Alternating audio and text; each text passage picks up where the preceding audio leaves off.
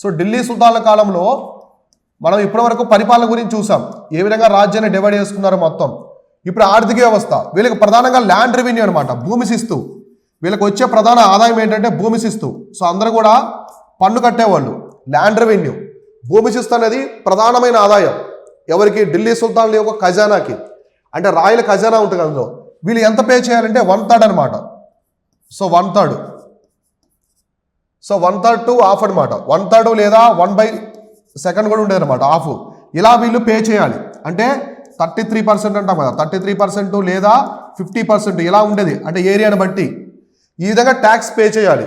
అంటే మీరు పండించినటువంటి ధాన్యం ఏదైనా సరే అందులో ఆ 1/3 3 భాగాలు చేసి ఒక భాగం రాజుకి సుల్తాన్కి ఇవ్వాలన్నమాట. లేదా ఒక్కోసారి హాఫ్ కూడా, సగం కూడా ఇవ్వాలి.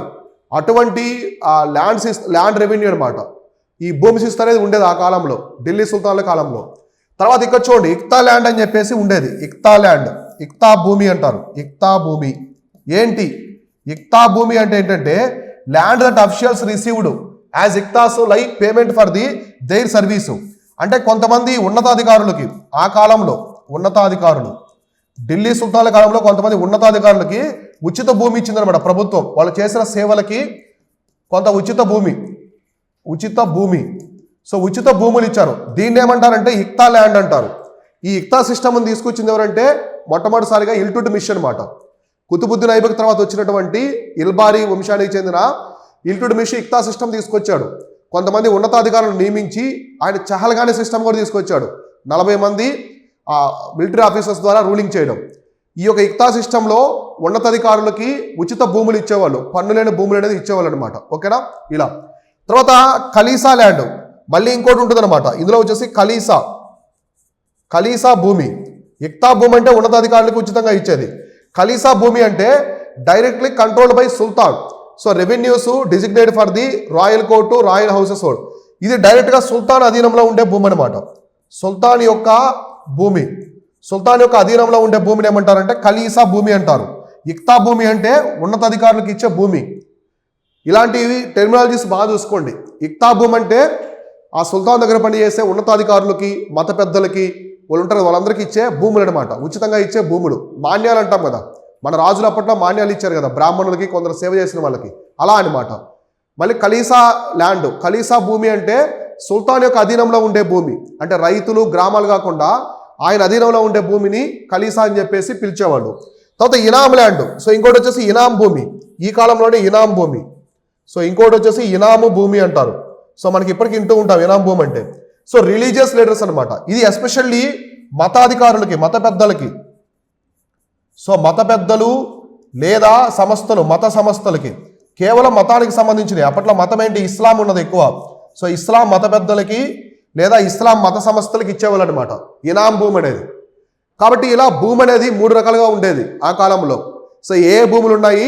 ఒకటి వచ్చేసి ఇక్తా భూమి, ఉన్నతాధికారులకు ఇచ్చేది. తర్వాత ఖలీసా భూమి, ఇది సుల్తాన్ యొక్క కంట్రోల్లో ఉంటుంది.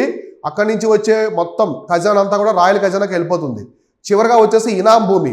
ఇనాం భూమి అంటే మత పెద్దలకి లేదా మత సంస్థలకి ఇచ్చే భూమి అనమాట. ఇటువంటి ఆర్థిక వ్యవస్థ అనేది ఆ రోజుల్లో ఢిల్లీ సుల్తాన్ల కాలంలో ఉన్నదనమాట. అయితే ఇదే టైంలో, ఈ ఢిల్లీ సుల్తాన్లు ఉండే టైంలోనే ఒక మొరాకో యాత్రికుడు వచ్చాడు మహమ్మద్ బిన్ తుగ్లక్ కాలంలో. అతను ఎవరంటే ఇబన్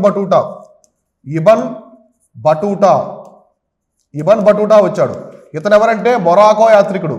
సో మొరాకో దేశానికి సంబంధించినటువంటి ట్రావెలర్ అనమాట, మొరాకో యాత్రికుడు. సో ఇక్కడ మీకు కనిపిస్తుంది కదా, ఇతనే ఇబన్ బటూటా అనమాట. ఇతను ఢిల్లీ సుల్తాన్ల కాలంలో మహమ్మద్ బిన్ తుగ్లక్ కాలంలో వచ్చాడు. కాబట్టి ఇబన్ బటూటా ఎవరి కాలంలో వచ్చారంటే మహమ్మద్ బిన్ తుగ్లక్.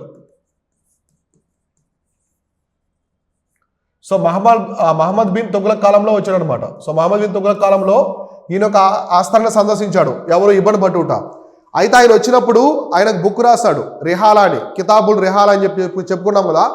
ఆ బుక్లో ఆయన మెన్షన్ చేశాడు ఢిల్లీ సుల్తాన్ల కాలంలో పరిపాలన ఇవన్నీ ఎలా ఉన్నాయి.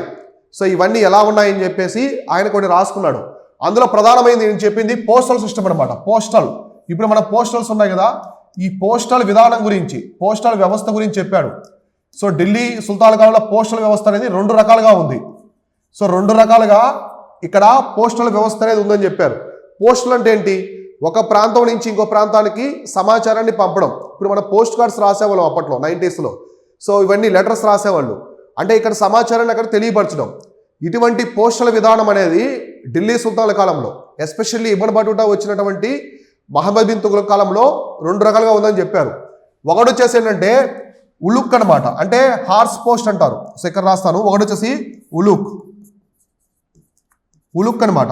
ఇదేంటంటే గుర్రాల ద్వారా, సో గుర్రాల ద్వారా పంపిస్తారు. గుర్రాలు ఉంటాయి కదా, ఈ గుర్రాలను ఆధారంగా చేసుకుని was run by royal horses station at the distance of every 4 miles. అంటే 4 miles ఒకసారి. సో ఇది ఫస్ట్ మైల్ అనుకోండి. సో నెక్స్ట్ వచ్చేసి అక్కడ ఉంటుంది 4th మైల్, నెక్స్ట్ వచ్చేసి 8th మైల్ దగ్గర ఉంటుంది. సో నెక్స్ట్ వచ్చేసి 12th మైల్ దగ్గర ఉంటుంది. ఇట్లా ఇవన్నీ మైల్స్ అనమాట. మైల్ అంటాము కదా, సో మైల్ అంటే కిలోమీటర్ కంటే ఎక్కువ.